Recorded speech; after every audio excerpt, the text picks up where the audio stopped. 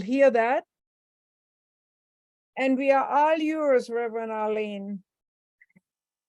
Well, welcome everybody. And I'd like to start with just a little bit of silent meditation, just get ourselves settled.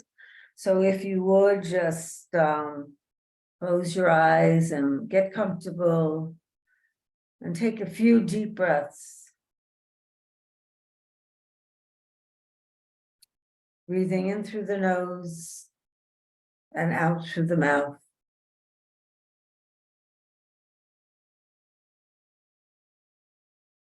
Breathing in peace, breathing out calm.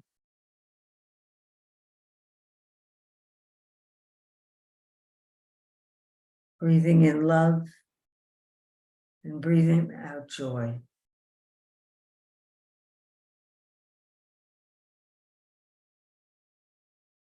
Breathing in spirit and breathing out spirit.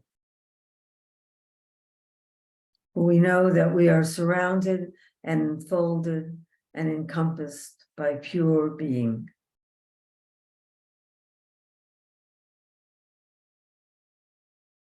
That God is all around us, above us, below us, and within us. We just need to stop the outer noises and the inner noises and feel that presence. Feel that love. Feel that wonder. And just take a couple of minutes sitting immersed in that spirit, knowing we are all one. No matter where we are all one, and we are not alone as we sit in the silence.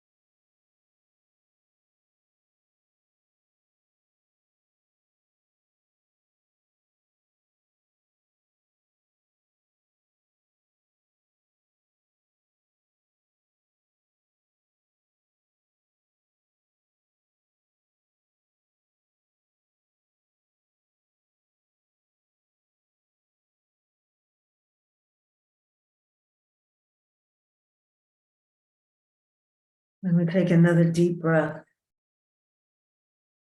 as we begin to bring ourselves back to the physical place that we are at.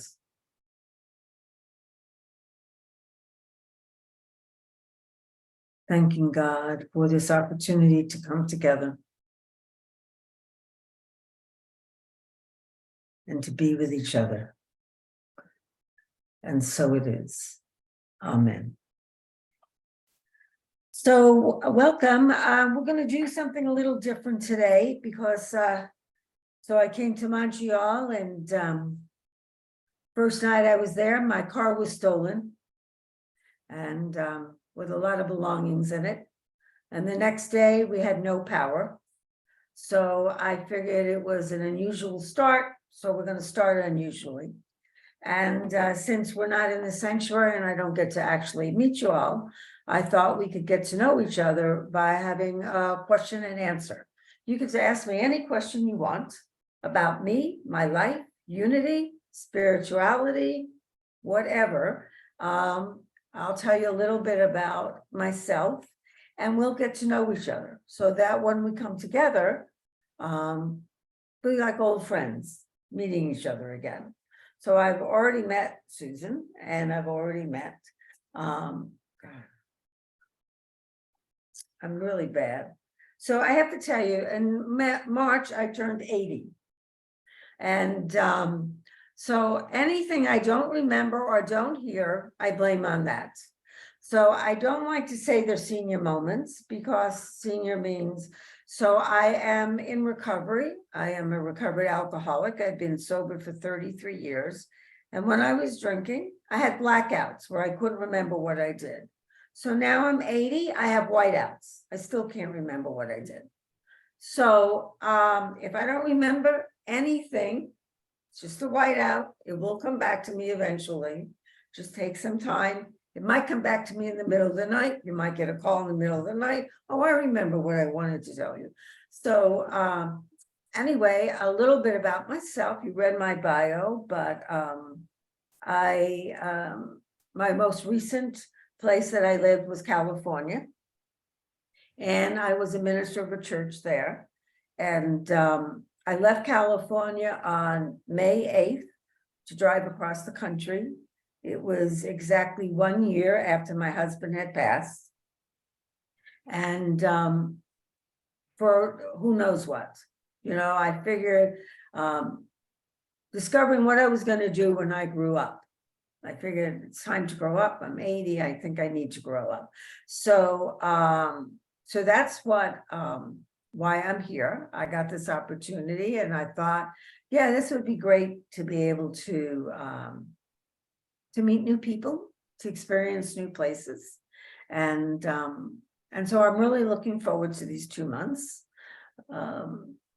Not starting the way I wanted to, but if you want God to laugh, you tell God that your plans and make God laugh. So things never go exactly as we plan. And so I've just learned that. So you kind of have to just go with it, because there's no use in fighting it, because it's going to happen anyway. And I always pray that God's will is done in my life, but you have to be careful when you do that, because God's will is not always what our will is. And so someone asked me how I could deal with this, and I said, one of my favorite affirmations, which actually comes from a class called Keys to the Kingdom, is this too is God, this too is good, and this too is meant for me.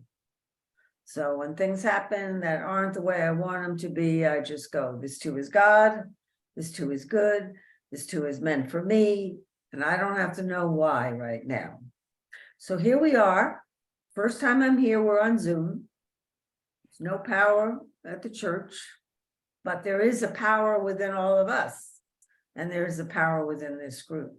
So if you have any questions to ask me, I think it'd be a great way for us to get to know each other. So next week, it'll be like we've known each other forever. Be like, oh yeah, I know her. I know all about her. I don't mind sharing anything about my life. I don't have any secrets. And I'm just really glad to be here. You've all read my bio, so if you have any questions from that, please feel free to ask. When Dr. Meyer asked me for it, I thought, well, I've done a lot of things. Done a lot of things in my life. Well, you get to be a certain age, you get to do a lot of things in life. And And I do tend to change quite a bit. So I think that change is important in life. If we're not moving forward and we're trying to stand still, we're going backwards. I think we're meant to completely move forward. God intends that for us. We need to be growing. We need to be experiencing new things. We need to be, we just need to be expanding in consciousness. And we can't expand in consciousness when we're sitting still in other ways. So if you have any questions, if not, I'll keep talking, but unmute yourself if you have a question, because I can't hear you if you don't.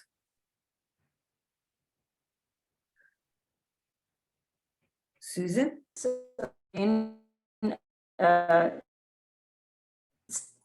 Oops. It's a broad question, Susan. Just how will you mesh the 12 steps and unity principles? I mean, it's broad, so answer wherever wherever that goes. So, like I said, I'm in recovery. I've been in recovery 33 years. I entered recovery. I was an atheist. I didn't believe in God. And through the 12 steps and having a spiritual experience where I came to believe in something greater than myself, I discovered God. And one of my friends in AA was someone I would give rides to. And I became, one of the first books I read once I got the idea of God was Emmett Fox, Sermon on the Mount. I had a lot of questions. I had this experience about God, but I still had a lot of questions. Why does God do this? Blah, blah, all those questions that people come up with. Why do bad things happen to good people? And someone said to me, read Sermon on the Mount. Now, I grew up Jewish, so I said, I don't do Jesus. And she said, read Sermon on the Mount anyway. So I said, all right, I'll have an open mind. And I read Sermon on the Mount and it just blew me away. And I started reading everything I could by Emmett Fox. And then we would talk all the time. And what we were talking about was new thought things. And when I found new thought, I found what I had already experienced in my life. I found it in writing. And she said to me, well, if you like Emmett Fox, you should come to my church. I belong to this Unity church. And I said, I don't do church. I believe in God, but I don't do church. She said, no, come to church. I said, no, I don't want to see Jesus on a cross. And, I don't want to do all this kind of stuff. And she said, no, we meet in a synagogue. And they met in a Jewish synagogue. So I thought, okay, I'll go to the Jewish synagogue, at least, And I went to this, and all of a sudden I met all these people who thought the way I did about spirituality and God and life and divine order and all this stuff. And I couldn't believe it because I found all these like-minded people in a church, which was the last place I expected to ever find them, because church was always so strict, and synagogues were strict and everything was. So I started going to Unity, and I started reading a lot of stuff. But then something happened. I wasn't living in Miami anymore. I was traveling between our meditation center in Miami, and it was 350 miles. And so on Sundays, and I was working job in Miami, and we had our center. And so I stopped going to church. And I'll get to how I combine the two. So I'd stopped going to church, and one Sunday, I was in the pool on a raft where I was living, and I heard a voice, and the voice said to me, go to church. And I thought, I'm not going to church. I'm in the pool. It's a beautiful sunny day. I'm on a raft. Life is good. It's my day off. If I go to church, I have to take a shower and get dressed. So, and then I heard the voice again, and the voice said, go to church. And I'm like, I'm really comfortable in this pool. I don't want to go to church. And third time I heard the voice and it got louder, so loud that I jumped off the raft and I screamed, okay, I'll go to church. And I went upstairs and I showered and I went into the church and there had been a new minister. I didn't even know it. And when I heard this woman speak, I thought to myself, I have found what I have been looking for. I knew there was something that she had, and the way she spoke, even though I had gone to church before, that was what I was looking for. And what it was a combination of unity principles and the principles in the 12 steps of AA. You see, I believe the 12-step program is a very practical spirituality. It gives us what we all deal with in our life, and it puts it into steps to help us move along and grow spiritually, which is what Unity does too. Because, you know, Unity was Unity School of Practical Christianity. It was all about the practicality of Jesus's teachings. It wasn't about, you know, anything else. It was the practicality. Because if we can't take spiritual principles and put them to use in our life to make our life better so that we can handle what life gives us, because life brings us things sometimes that we don't want. If we can't do that, then what good is the church or any kind of spiritual program? And so, you know, there was a minister years ago in Michigan, and he took the 12 steps of recovery and he combined it also with Unity. But when I looked at them, I saw that there's really 8, because you don't need 12 unless you're an alcoholic. You don't need some of those steps. And I thought they are a path toward practical spirituality. It's not enough. Sometimes, you know, prayer is wonderful, but sometimes life happens and prayer is not enough. We have to have some kind of practical spiritual tools. And I'll give you a quick example.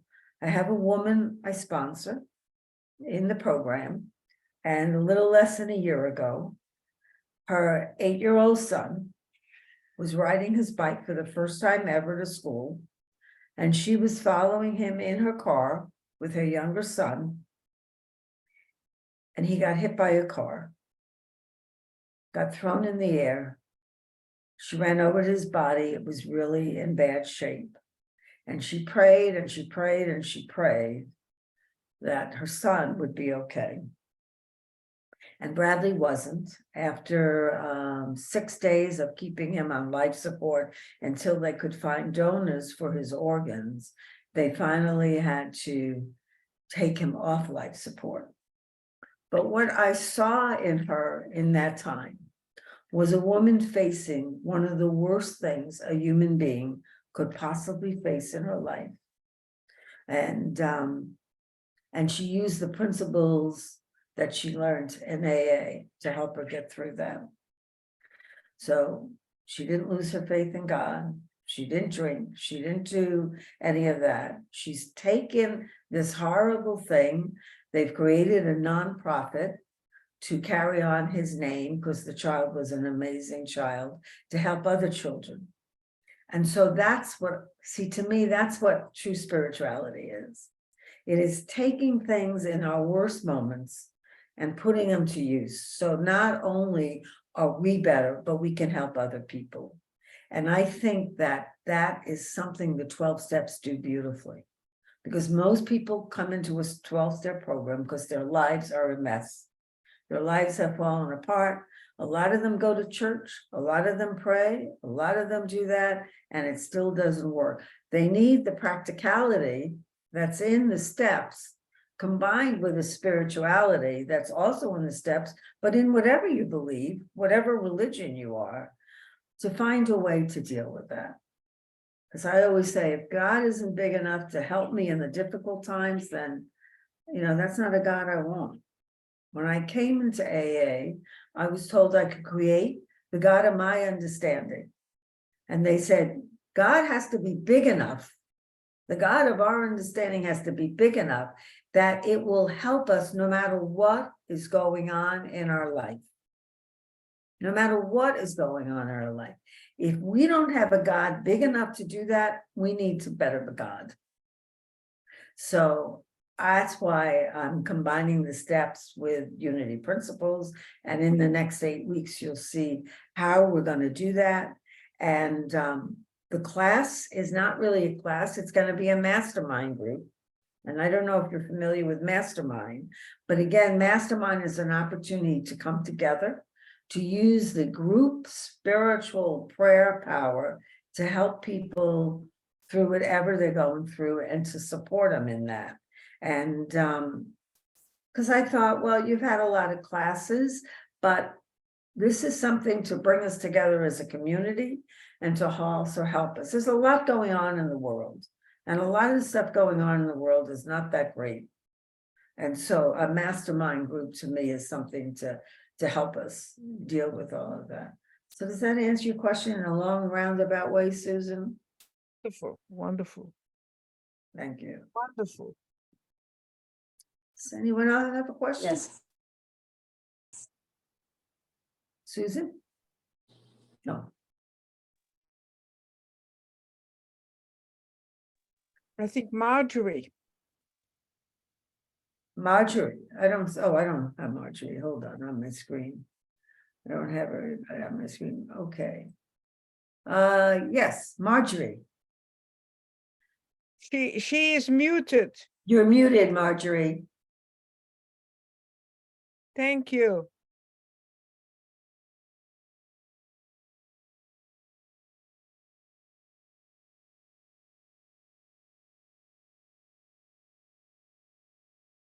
You want to type your question into the chat, Marjorie? No. Okay, we'll come back to you. Okay. Okay, it's Wilma. Oh, Wilma. Hi, Wilma. Oh, good morning, Reverend Arlene, and welcome. As Reverend Meyer said, I am a longtime member of Unity, spending some time in Trinidad with my son. Yesterday, we were all dressed, going out. He was taking me to meet some of my colleagues from years gone by, and going along chatting, and we got in an accident. Oh, no. Serious enough that the car, I don't know that it's total, but it was bad enough. And the first thing that came to my mind was, be still and know that I am God. We had to wait for the ambulance and the police. And in the meantime, my son said he was okay, and so was I. The only thing that happened to me is my wig flew off my head, and I didn't even know until I felt my forehead, and there it wasn't, and I found it in the car and put it back on. But what made me want to talk to you is so much that affirmation that this too is God, this too is good, and this too was meant for us. Whatever was the reason, I said to my son, it could have been worse. If it was a bigger vehicle that had hit us, it was a small van, it would have been much worse. And I want to thank you for this affirmation, because it is so relevant to things that happen to us that we don't plan. Yes. So I would like to thank you for that. You're welcome, and I'm glad that you're okay. Yes, I am. And we our decided- hair can be replaced too. Yes, I am. Thank you so much, and welcome again. Yeah, thank you. Letitia, do you have your hand up? Do you have a question? No. Oh, okay. Who else is on here? I don't see everybody at one time, so just shout out if you do and I don't see you.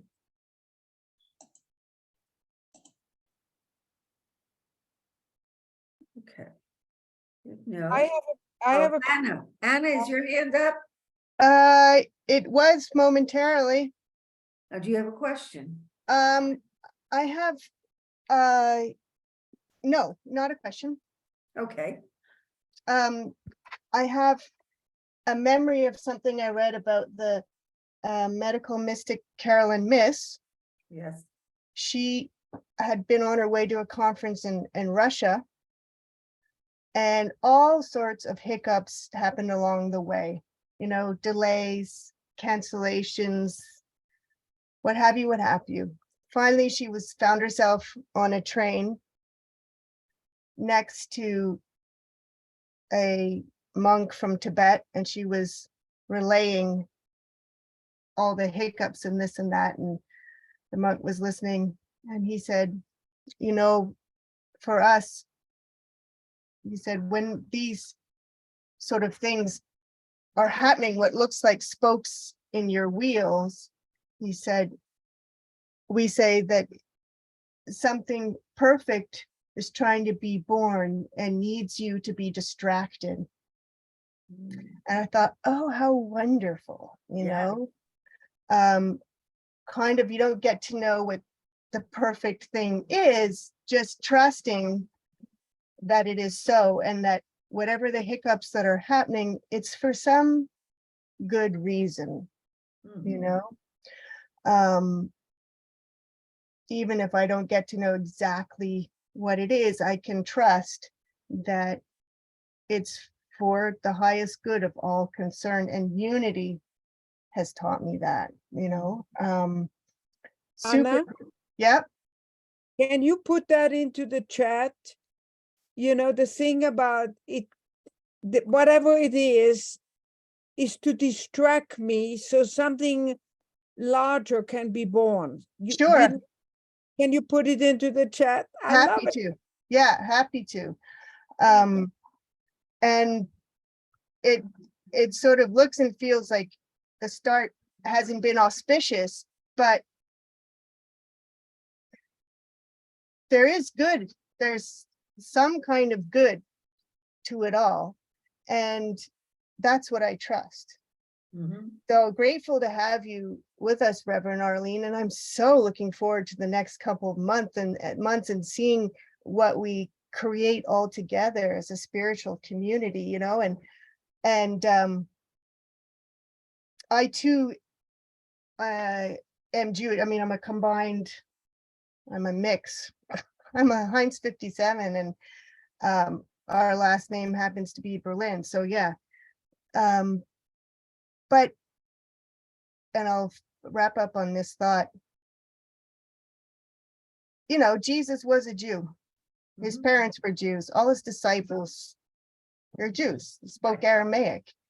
And I think of him as being so far the superstar Jew of all time. He's the best known one from the planet, you know, whether you recognize him as the Messiah or not. And hey man, he did a lot of good in his time walking around with his disciples. So, you know, just go with the flow, whatever. Thank you so much for being with us, Reverend Arlene, and so looking forward to the time together. You're welcome. I have to say that I consider Jesus my friend now. You know, I was at a retreat at Unity Village before I ever entered into, originally was the personal development, then I became a licensed uni teacher, then I became a minister, but I was at Uni Village and we did a white stone ceremony. You know what stone ceremony is? And so you meditate, you have a white stone and a pencil, and whatever name or word comes to you, you write on the stone, and that is your name or your word for the year. And the word that came to me was way shower. Yeshua, Way shower, which is, you know, Jesus is a way. yeah, And I thought, wow. And so yeah. that moment on, it was like a whole different thing. I Oh, didn't the ask ballgame. for that.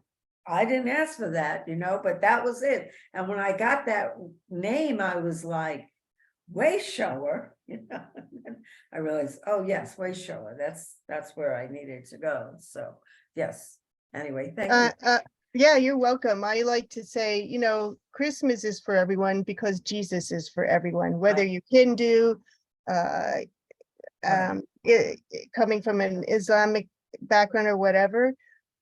It's for everyone because Jesus is for everyone. And as I've heard said in Unity, you don't have to stop being a Buddhist or a Hindu or Jewish or whatever to also get some benefit from the way shower, you know? Well, listen, I have his family, my son and his family are atheists and they celebrate Christmas. So, and they're atheists. They don't What are even- you gonna do? Right, they celebrate it, so it is for everybody, you're right. Everybody makes it part of, theirs, and, yes. So I also, just a little bit, one other thing, I think, so I came in through the 12-step program and I found Unity, and they have both been a really important part of my life in different ways. I often say that if I had come into Unity first, they probably would not have accepted me because I really wasn't, I wasn't in great shape. I needed the 12-step program because more than any other place that I've ever been, I find it to be very accepting of every single person. Doesn't matter where you are, doesn't matter your religion, doesn't matter your color, your sexual, whatever, crazy, sane, it doesn't matter, with shoes, without shoes, with money, without money, whatever. And so when we don't feel good about ourselves, we need other people to feel good about us. And so for me, the 12-step program allowed me to become somebody that I found Unity. So it all, happened in the right order. And I love Unity. I absolutely love it. And I've been a minister of 3 churches and I love them all. And they were very different. And I learned something in every single church. But I just had gotten to a point where I thought, now that I'm growing up, maybe I need to try something different than a traditional ministry at a traditional church. And then I discovered Unity of Montreal on the Unity website. Thank you, Meyer, Dr. Meyer. Dr. Meyer, you have a question. Yes. We work with this idea of non-duality, and we work with the idea of being modern-day mystics. And I know that you have in your history a time where you were leading a retreat center. Yes. And I was wondering if you would say so. Here we are, you're coming to be with us, and we're really trying to be modern-day mystics, meaning in everyday life, living everyday lives, bringing the teaching into our everyday and considering ourselves mystics. So then I see in your biography that you ran a retreat center. Can you say something about the spirit of that retreat center? So Vision Farms was the name of our center, and it began because the greatest mystic I ever met on this earth was my deceased husband, Christopher. And he was a true mystic. And he had been in a Buddhist center meditating for a month in silence. And I went to pick him up, and we're driving back to Miami, Florida. It was in Massachusetts. And he told me that while he was meditating, he had a vision of having a meditation center for people in recovery. And so I was like, oh, okay. So I know when he gets something in the silence, it's very powerful. And I was like, okay, so we decided we needed to find a place to have the center. And we were driving in Florida, and we were thinking of Central Florida because the land was cheaper than Miami. And I was looking through a land and home book, and I see this house on 54 acres, this big house. And I said, this place sounds perfect for a meditation center. It was off the beaten highway. It was, and I said, where is McIntosh? It was in this town called McIntosh. And he says, we are in McIntosh. Now, this is a tiny town of 300 people with one blinking traffic light, a gas station, a post office, and like a general store. That's it. And a couple of antique shops. So we call the realtor, and the realtor says, gives us the address. So we decide we're going to go look at it. We're driving around, we're out in the country, we cannot find this place at all. My husband studied a lot of world religions. So we see peacocks, we see 5 peacocks walking down the road. And he goes, peacocks are a sign in Hinduism. We need to follow the peacocks. I'm thinking, we're following peacocks in the middle of rural Florida, you know, I mean, what are peacocks doing in Florida anyway? So we follow the peacocks. The peacocks led us to the house, the property, because they were living there. There had been a hole in the roof and there were all kinds of animals living in there. And so we made an offer on this property and we got turned down. We only had a certain amount of money and they didn't accept it. And we were like, well, if it's meant to be, it will be. And so we started looking other places. Months go by, we get a call from the realtor and they go, the owner, which was the bank, because the bank had taken it over from the people, the bank is willing to take your offer. And my husband says, we're not offering that anymore. He lowered the price because there were 14 acres off to the side he didn't want. And he goes, oh, this is all we're going to pay now. Well, we got it. We had somebody helping us financially, a friend of ours. And so it took us 18 months, mostly him, to get this place ready to have it. And we opened it up as a meditation center for people in recovery. What we found is there weren't enough people in recovery wanting to meditate. Because it wasn't really a retreat center, it was a meditation center. And a lot of people in recovery don't want to be silent, you know? So what we found was that people of all these other faiths wanted it. So we had these Buddhist groups that wanted it. We had a Catholic group that wanted it. We had a Jewish group that wanted it. We had a group of witches, wicked. They would come at the full moon and build their fire and dance. We had Krishners. We had like any kind of group imaginable wanted this. It was a beautiful piece of property. It was absolutely amazing.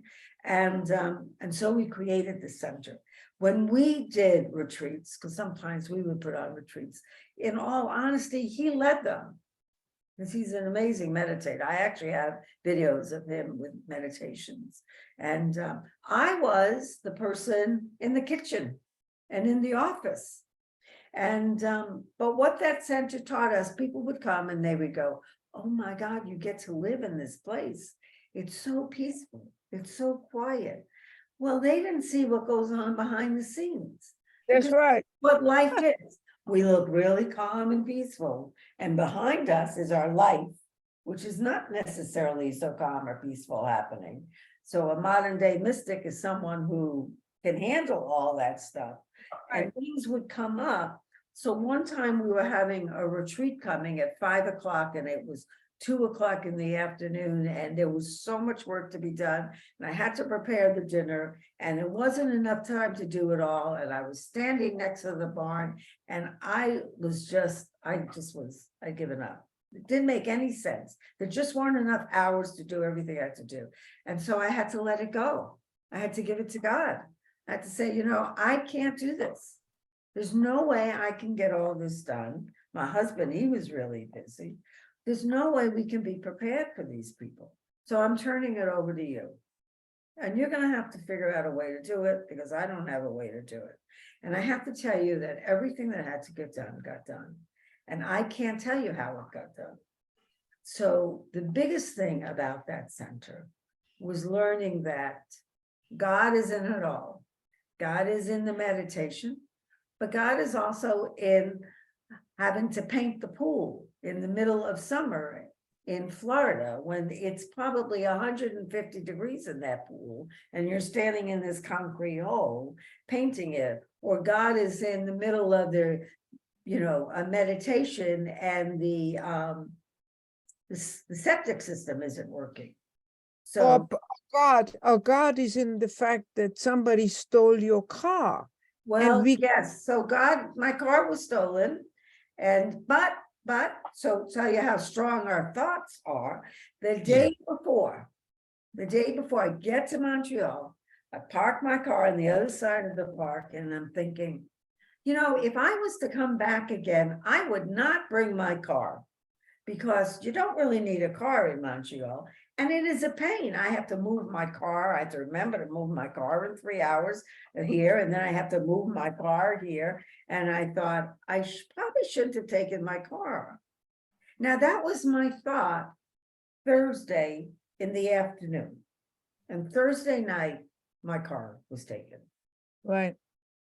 But I'm also saying it to myself because by Monday, I have to figure out how to get hydro to reconnect our power. And I want to say the same thing. God is in that, right? Yes, God is in it all. Either God is or God isn't. Either God is everything or God is nothing. So we can't say that God is in this, but God is not in that. That's right. Because God either is or God isn't. And when you have a God that's that big, then you can see the God in everything. You've been very helpful to me. Thank you, Reverend Arlene. Because I Welcome. was really worried about how is this going to work out on Monday. I want you to have power and I want us to get reconnect. Anyway, I got it. God is in this too. Right. This too is God, this too is good, and this too is meant for me. That's right. I think we can move ahead now. Okay. We've All had right. a remarkable meeting with you. I'm going to stop the recording. Okay.